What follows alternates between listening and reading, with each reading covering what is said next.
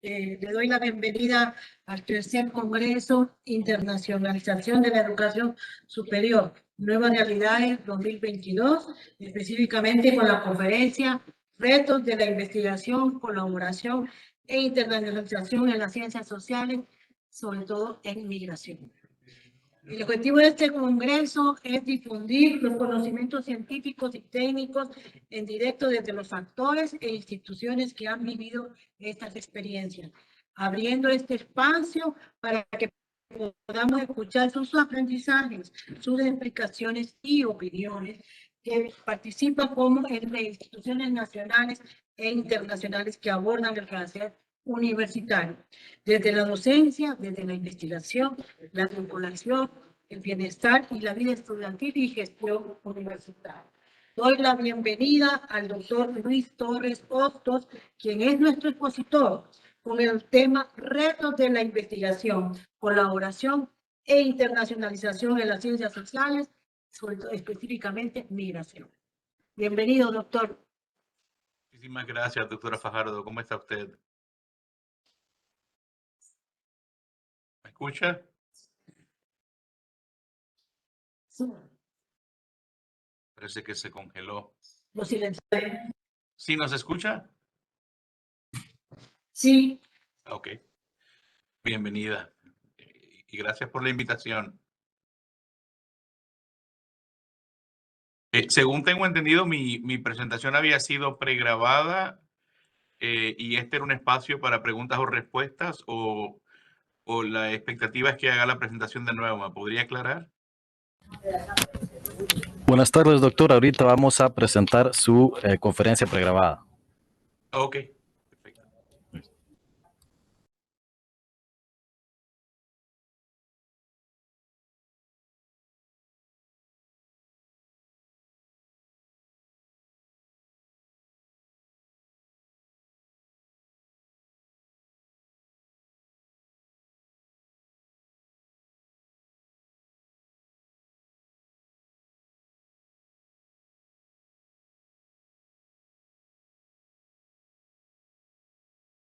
No se escucha. Si quieren la puedo hacer en vivo también. No hay ningún problema conmigo.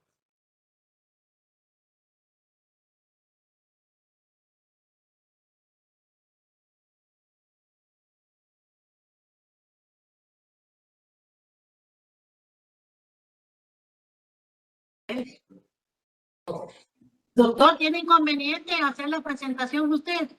Para nada, con mucho gusto. Mejor, porque no se escucha la pregrabación. Claro que sí. Bueno, pues inicio entonces. Me escuchan todos, ¿no? Bueno, pues inicio entonces. Déjenme cambiar la pantalla de ustedes al otro lado para que pueda ver el chat y si me están tratando de hablar, porque así no cubro la pantalla. Bueno, doy inicio, estimadas autoridades de la Universidad Autónoma de Honduras y colegas que participan en este tercer Congreso de Internacionalización de la Educación Superior. Un gusto inmenso para mí dirigirme a ustedes hoy con el tema Retos de Investigación, Colaboración e Internacionalización en las Ciencias Sociales, con un enfoque específico en la migración. Soy el doctor Luis Raúl Torres Hostos, decano fundador de la Escuela de Trabajo Social aquí en la Universidad de Texas del Valle del Río Grande, la primera universidad del siglo XXI en el sistema de la Universidad de Texas. El sistema de la Universidad de Texas tiene sede en Austin, Texas, la capital del estado, y es una entidad de nuestra universidad, es una universidad del estado. El sistema incluye 13 instituciones de educación superior en todo el estado de Texas, que es inmenso, y esto incluye 8 universidades y 5 instituciones de salud. Todas son independientes, pero forman parte del mismo sistema. La nuestra en específico, la Universidad de Texas de Valle del Río Grande, es establecida en el año 2015 a través de la unión de dos universidades previas en el sistema. La Universidad de Texas Pan American en Edinburgh, Texas, al norte de Reynosa, México, y la Universidad de Brownsville, que está al norte de Matamoros, México. Y ahorita vuelvo al tema de por qué la ubicación geográfica es tan importante. Tenemos 32,000 estudiantes en 14 unidades académicas, más de 35 millones de dólares anualmente en subvenciones para investigación y múltiples programas de doctorado. Somos una universidad de investigación de nivel 2, con aspiraciones de llegar al nivel 1 en los próximos 5 años. Y esto lo que significa es un aumento en el número de doctorados otorgados y en el número de propuestas de investigación financiadas. O sea que la investigación es parte importante de lo que hacemos. Volviendo a nuestra ubicación geográfica en la frontera con México, nuestro estatus como la única universidad de investigación en la frontera entre Texas, Estados Unidos y México al este del estado. La próxima que más cerca queda es la Universidad de Texas El Paso y está a 1.400 kilómetros al oeste de nosotros. Además, jugamos un rol clave en el Río Grande en el número de individuos que recibimos intentando cruzar la frontera desde México hacia Estados Unidos. Aproximadamente 2/3 partes de las personas cruzan por el Valle del Río Grande por razones geográficas. Es el punto más cercano a los que vienen por la costa eh, este de México. Significa que la migración entonces tiene un rol central en todas las actividades investigativas, educativas y de trabajo comunitario a nivel local y en nuestras colaboraciones binacionales con México e internacionales con el resto de América Latina. En breve vuelvo a hablar de estas colaboraciones y de los retos y oportunidades que representan, pero quiero desviarme un poquitito y hablar de una decisión que hemos tomado aquí en la Escuela de Trabajo Social de minimizar y poco a poco ir descontinuando el uso de la palabra migración y enfatizar en su lugar el término de movilidad humana.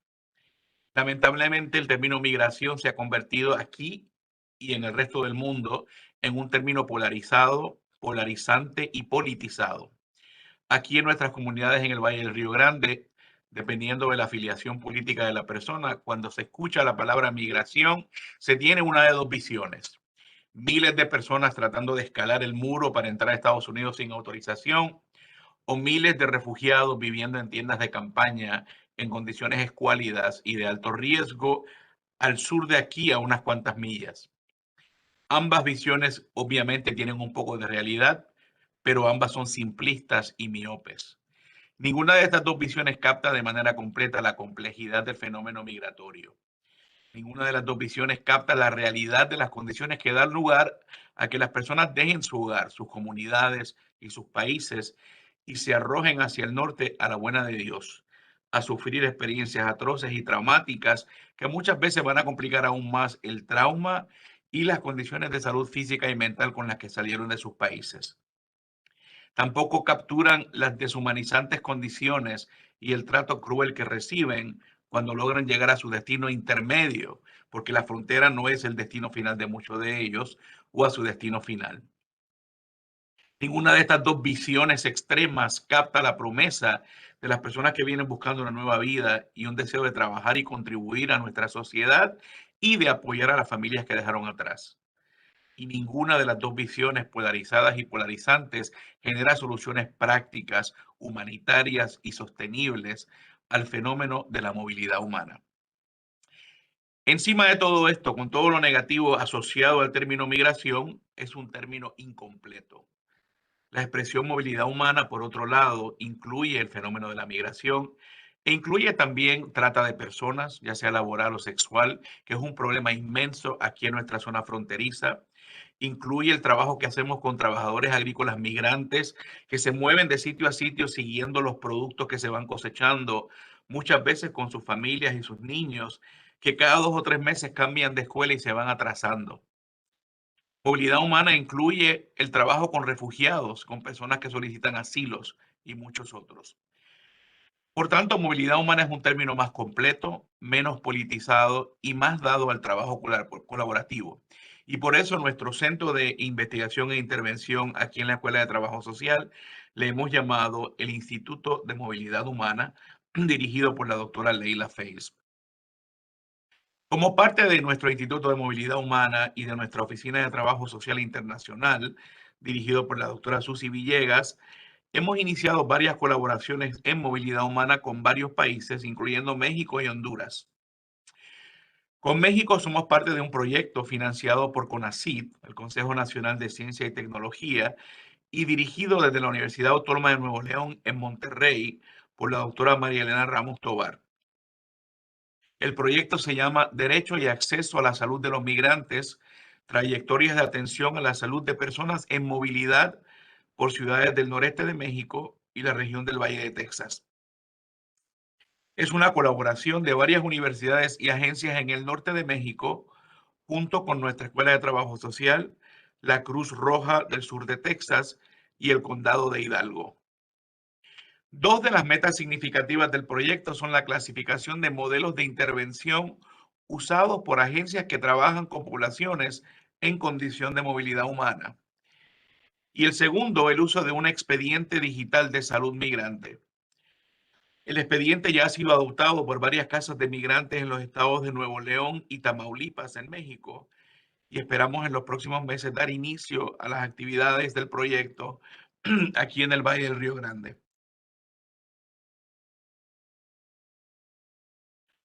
Otro importante proyecto que hemos ido elaborando con el Departamento de Trabajo Social de la Universidad Autónoma de Honduras, con las colegas, la profesora Hulda Borjas y la profesora Rosario Aragón, tiene componentes de investigación y de formación de profesionales del trabajo social.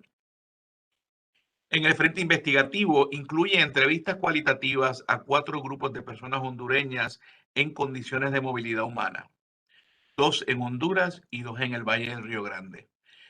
En Honduras entrevistaremos un grupo de personas que ya ha tomado la decisión de emigrar hacia el norte y planea salir en los próximos meses, y un grupo de personas retornadas, ya sea por cuenta propia o deportados. En el Valle del Río Grande, en Texas, entrevistaremos un grupo de hondureños ya establecidos acá por más de 2 años y un grupo de hondureños y hondureñas recién llegados.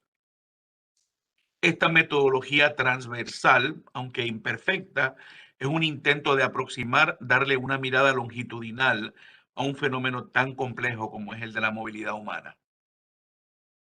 Estas colaboraciones investigativas internacionales son importantísimas.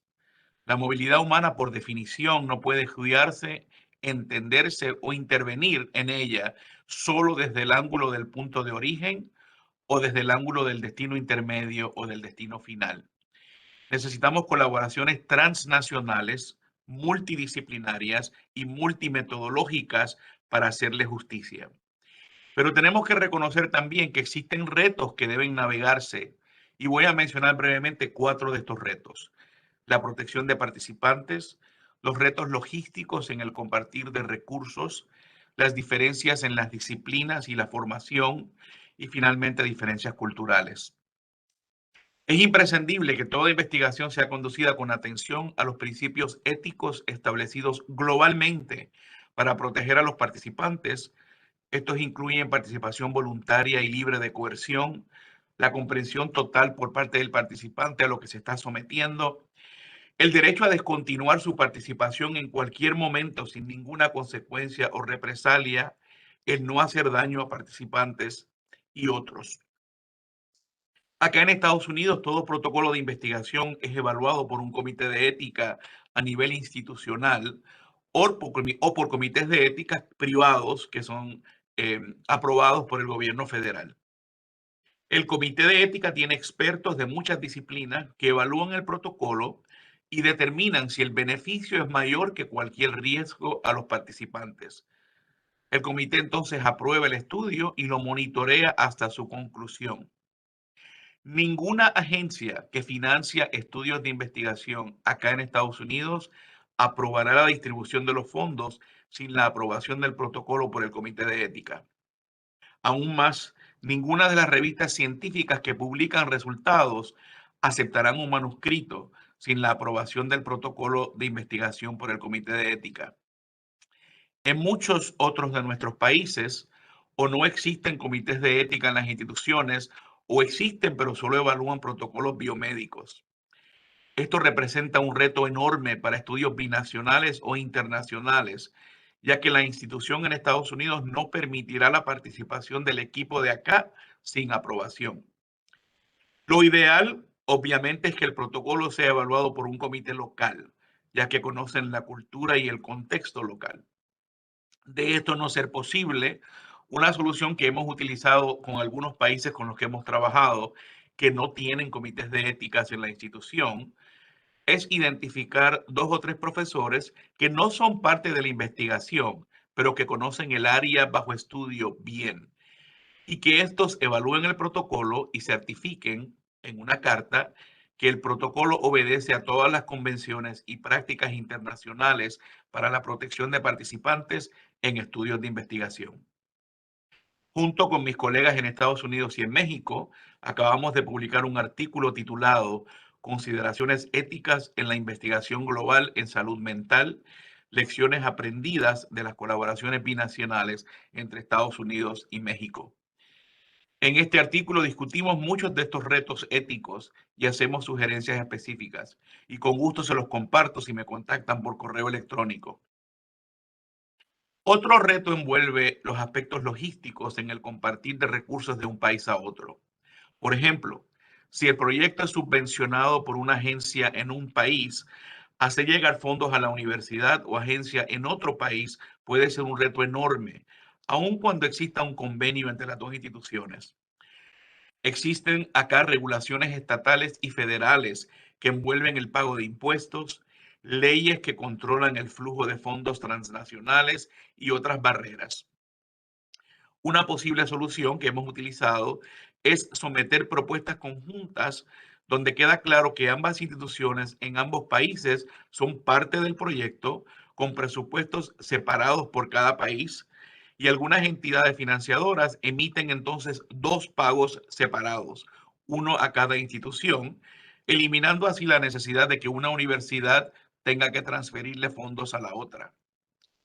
Cuando los fondos son internos, es un poco más sencillo, pero aún así se requiere un convenio marco entre las instituciones, como el que tenemos nosotros con la UNA, un convenio específico que detalle el trabajo y el presupuesto, como el que estamos elaborando ahora mismo entre nuestras unidades de trabajo social, y la aprobación de los comités de ética, que estamos en eso también. Las diferencias disciplinarias y de formación profesional también pueden representar un reto. Las investigaciones más completas y más enriquecedoras son aquellas multidisciplinarias que envuelven profesionales de trabajo social, de economía, antropología, sociología, salud pública, medicina, enfermería. Debemos reconocer, no obstante, que la formación de estos profesionales es diferente de disciplina a disciplina y de país a país. Reconocer estas diferencias de antemano y discutirlas ampliamente, buscando consenso antes de iniciar, es crítico. 2 ejemplos que voy a dar aquí son el acercamiento metodológico y la autoría en publicaciones. Algunos profesionales son formados únicamente en un paradigma positivista y solo emplean métodos cuantitativos. Otros son formados cualitativamente y aún otros en métodos mixtos. Es importante también que se discuta de antemano qué metodología o metodologías se van a utilizar y quién va a estar a cargo de qué componente. En una colaboración anterior entre nosotros y un país hermano en América Latina, 2 colegas de 2 países diferentes, ambos positivistas en su formación, estaban enfrascados en una batalla sobre qué instrumento íbamos a utilizar para medir un concepto específico que nos interesaba. La colega en el país latinoamericano insistía que tenía que usarse una escala que siempre había usado ella, pero que nunca había sido utilizada binacionalmente. El colega estadounidense, por su parte, insistía en utilizar una escala desarrollada acá en Estados Unidos, pero usada ampliamente con poblaciones hispanas o latinas y traducida al español y adaptada a varios grupos de hispanos. Pude mediar entre ellos y convencerles que incluyéramos ambas escalas y que añadiéramos una meta psicométrica sobre la validez concurrente de ambos instrumentos. De lo contrario, todavía estaríamos debatiendo, y de esto hace ya 5 años. En términos de autoría en publicaciones, en algunas disciplinas como el trabajo social y la psicología, los primeros 3 autores son los que llevan más peso, mientras que en salud pública y en medicina, el último autor típicamente es el más importante. Y por supuesto, la pregunta de quién es el primer autor, la persona que escribió la propuesta de investigación o la persona que dirige el centro de investigación donde se está realizando el estudio o la persona que más trabajo hace. Esto varía de disciplina a disciplina y de país a país, y es crítico que se establezcan estas pautas antes de iniciar. Finalmente, existen diferencias culturales que pueden representar un reto enorme en colaboraciones internacionales. En otra colaboración anterior con otro país hermano en América Latina, un colega estadounidense tenía un estilo de comunicación bien directo.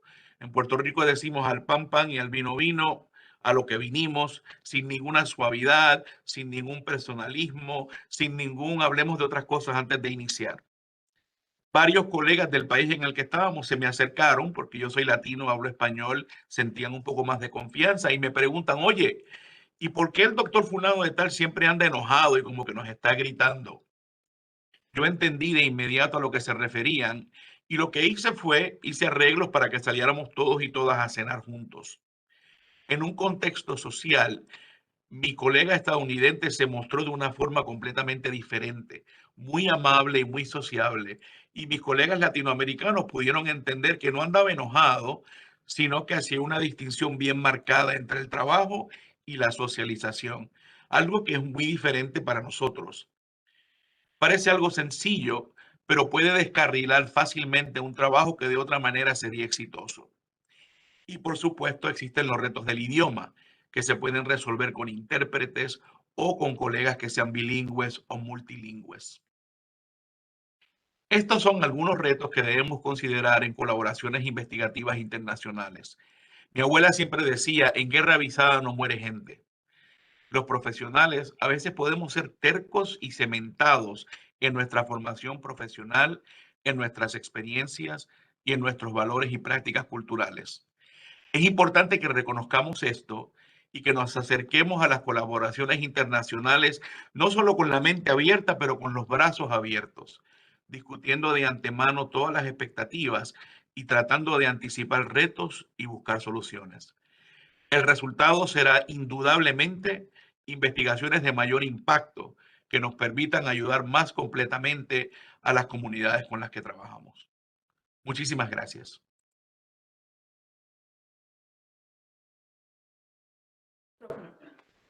Gracias, doctor Luis Torres. Eh, Tenemos algunas preguntas aquí en el chat, ¿verdad? Procederemos a dar lectura a una de ellas.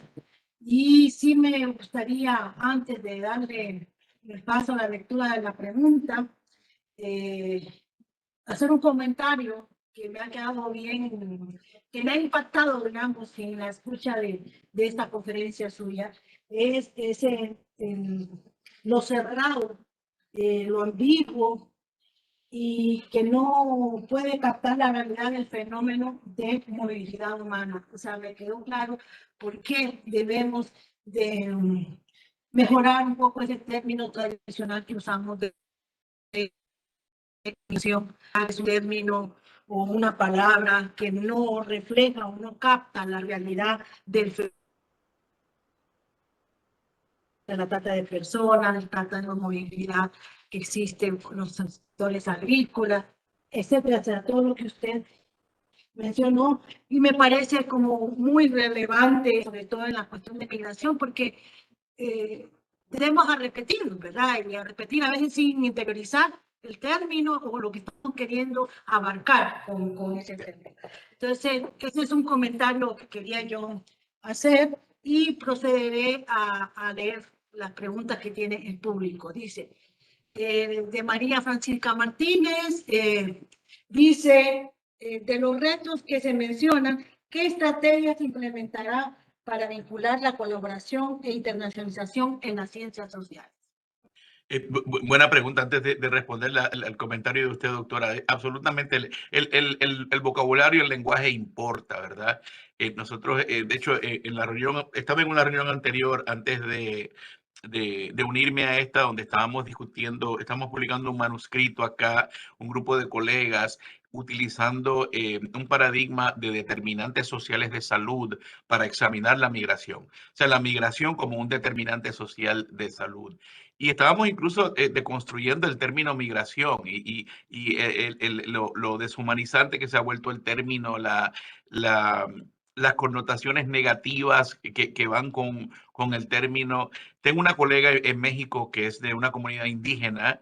Ella es profesora en Ciudad de México y habla mucho y escribe mucho sobre la aplicación del término inmigrante a personas mexicanas que se mudan de zonas rurales del país a la capital en busca de trabajo y se les designa inmigrantes internos. Se les designa inmigrantes internos y se les deshumaniza. El término migrante en ese contexto da permiso a la opresión, al abuso laboral, a todo tipo de condiciones. Así que esos términos no son simplemente palabras, tienen mucho poder y nosotros como académicos, como investigadores, tenemos la responsabilidad de deconstruir el lenguaje y utilizar términos, primero que sean más completos y segundos que humanicen en vez de deshumanizar. A la pregunta de la colega, los convenios marcos son importantísimos, ¿no?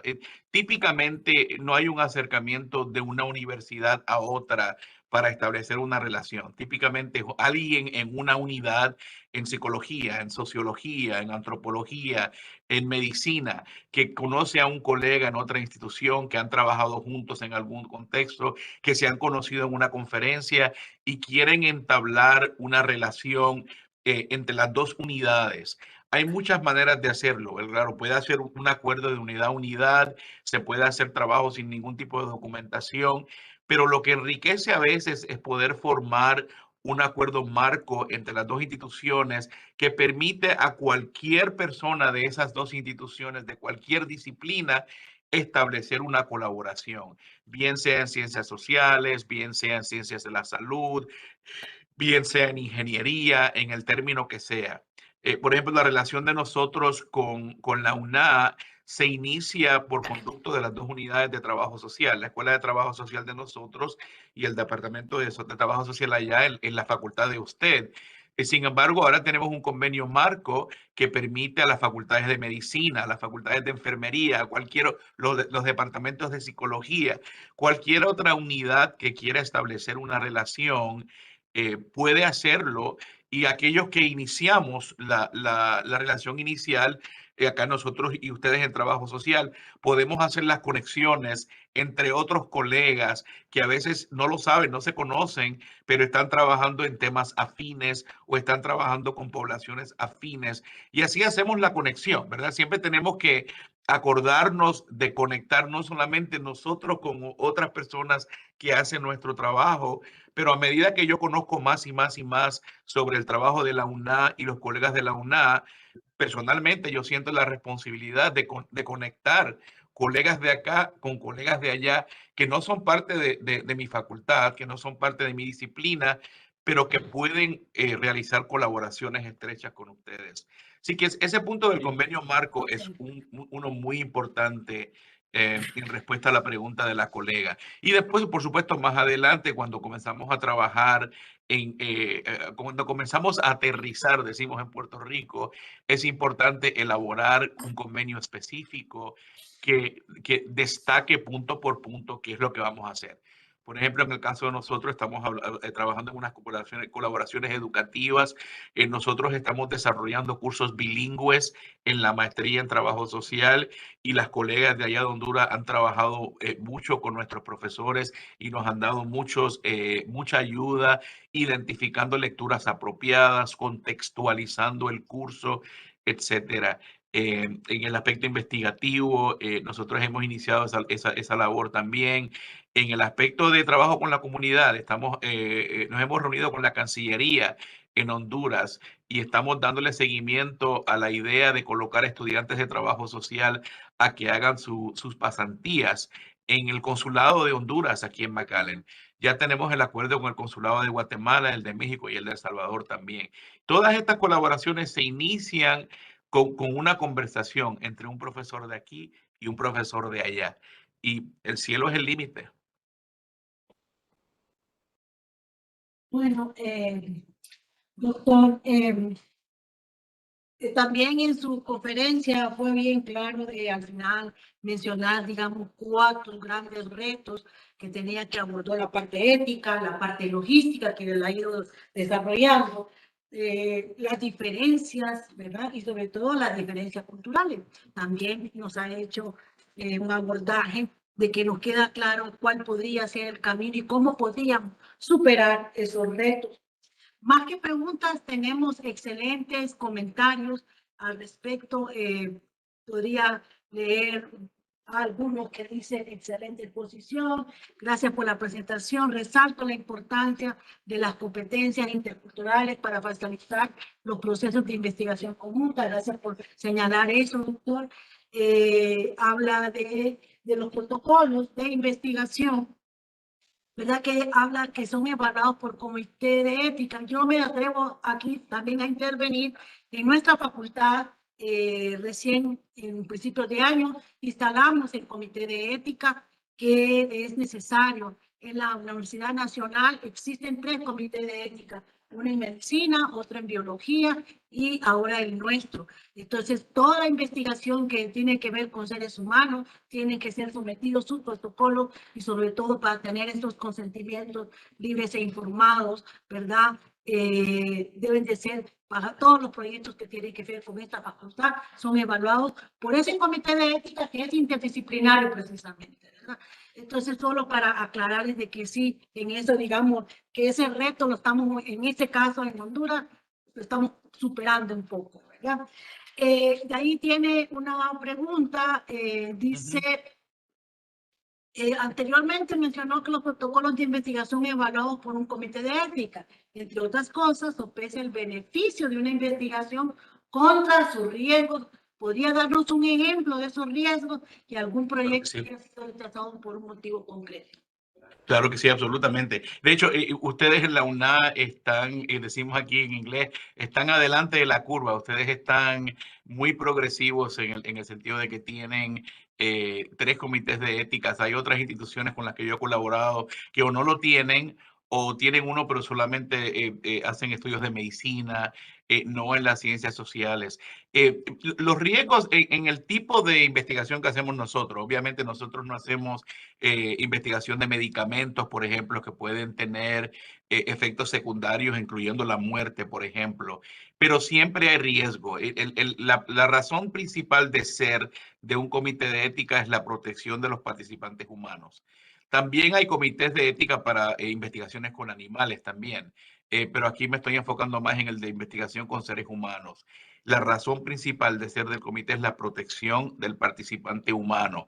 Y el cálculo que están haciendo constantemente es uno sobre si los riesgos al participante son menos que los beneficios a la humanidad, al grupo del que pertenece, al grupo con el que estoy estudiando. Y siempre hay riesgos. Los riesgos pueden ser algo tan sencillo como hablar del tema me puede hacer sentir incómodo. Eso para nosotros puede parecer algo sencillo, pero hay personas que tienen diferentes sensibilidades, diferentes niveles de emocionalidad.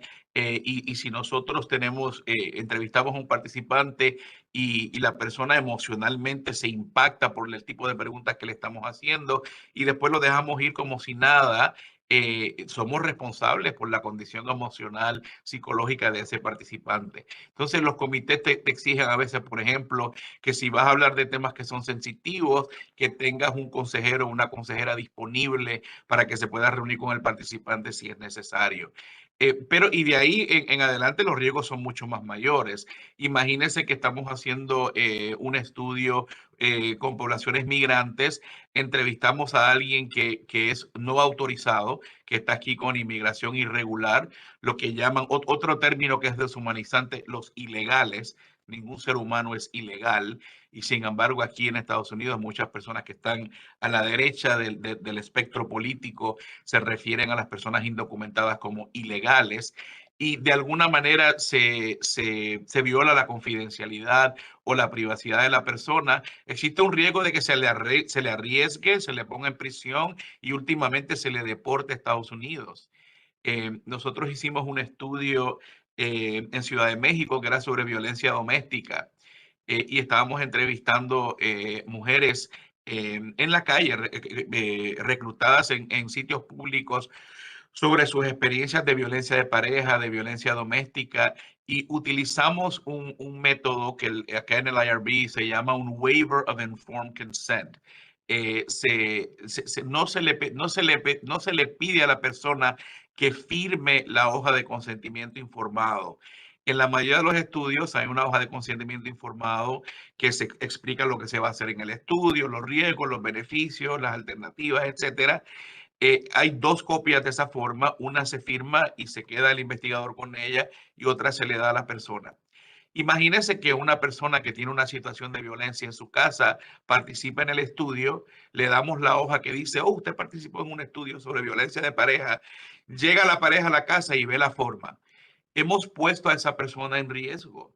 El hecho de que simplemente ha hablado con nosotros puede hacer que la pareja se enoje, se encienda, le golpee, le abuse, etcétera. O sea que tenemos que pensar siempre cómo lo que hacemos carga riesgo. A veces pensamos, no, si lo que yo estoy haciendo es unas cuantas preguntitas nada más, no estamos hablando de nada serio, no, todo conlleva riesgo.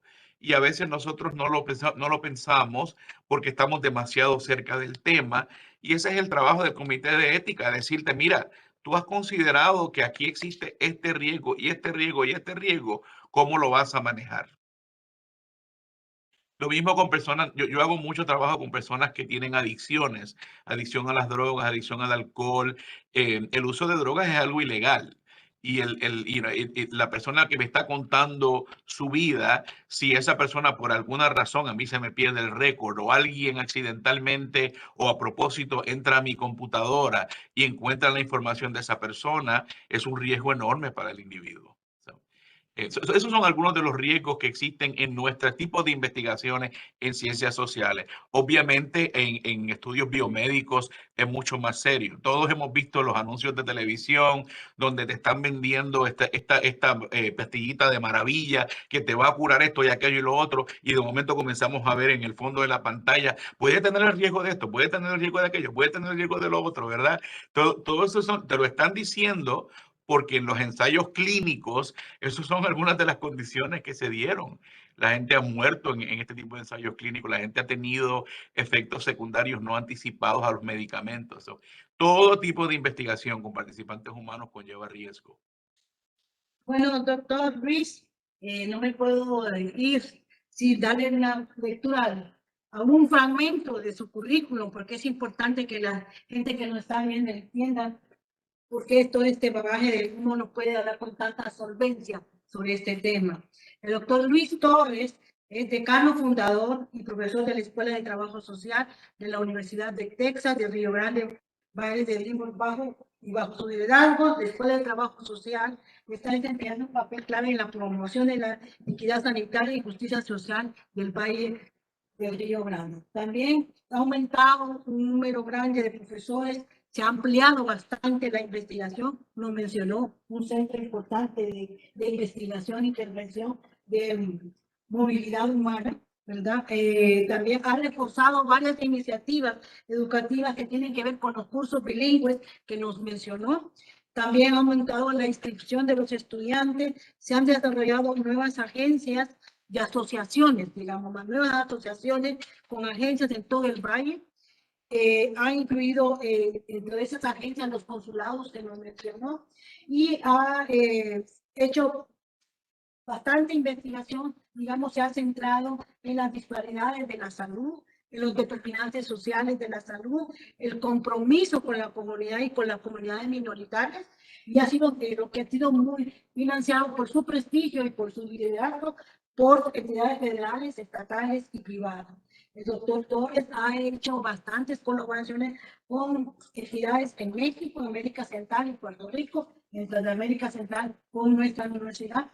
Es miembro de las juntas locales y nacionales e internacionales, incluyendo Alianza Nacional para la Familia Hispana del Centro Nacional de Transferencia de Tecnología de la Salud Mental Hispana Latina, con la Cruz Roja Americana, con el capítulo de Texas, con la Red Internacional de Investigación e Intervención en Migración y con la Universidad Autónoma de Nuevo León y la Universidad Autónoma de Honduras. Muchas gracias, doctor. Quisiéramos tener mucho más tiempo para seguir escuchando, sobre todo esa vasta experiencia que ha tenido con los seres humanos que están sometidos a esta movilidad humana. Muchas gracias. Gracias a usted, doctora, y gracias a todos y todas por su tiempo. Un abrazo.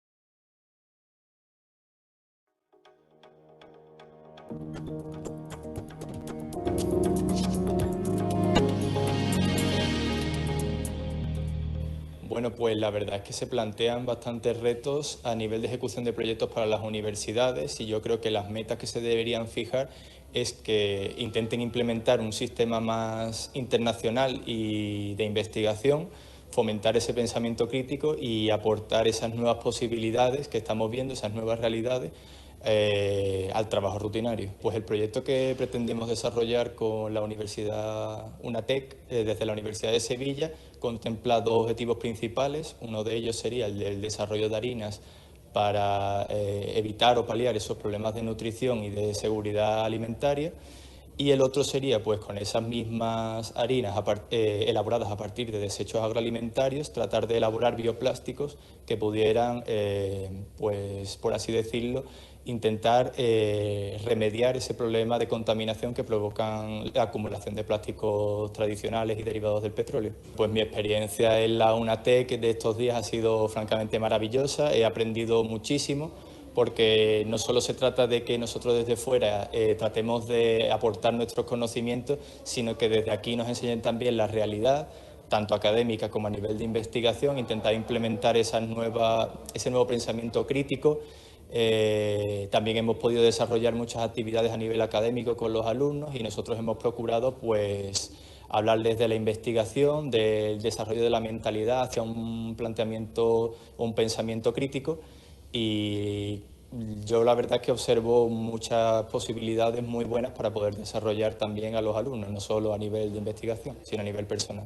Pues mi mensaje para otras universidades de cara a la colaboración con la UNATEC es que se animen, por supuesto, a tratar de implementar y desarrollar nuevos proyectos, ya que nosotros hemos visto aquí que hay un muy buen desarrollo tanto técnico como un equipo detrás que lo está apoyando. Y nosotros, desde la experiencia que hemos tenido, pues nos llevamos una experiencia muy positiva, que se puede colaborar con ellos, se pueden desarrollar mucho y de verdad que tienen muchísimas posibilidades de cara a desarrollar proyectos a nivel multidisciplinario, no solo en lo agroindustrial.